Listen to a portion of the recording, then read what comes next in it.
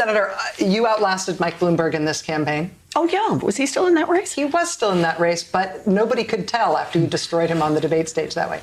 A lot of postmortems on his campaign credit you, basically, with single-handedly tanking his candidacy with the way you took him apart in that debate. Do you, is that what you were trying to do? Yes.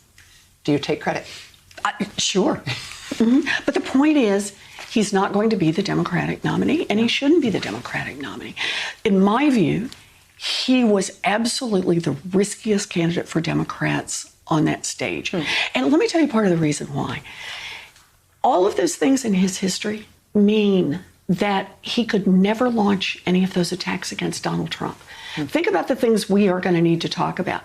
Hiding your taxes, history with women, embracing racist policies, when you're in charge, helping bazillionaires and leaving everybody else behind. Shoot, he wouldn't even be able to launch the autocrat argument against him because Michael Bloomberg's the guy who, when he was mayor, literally got the change in the laws so he could hang on to power longer.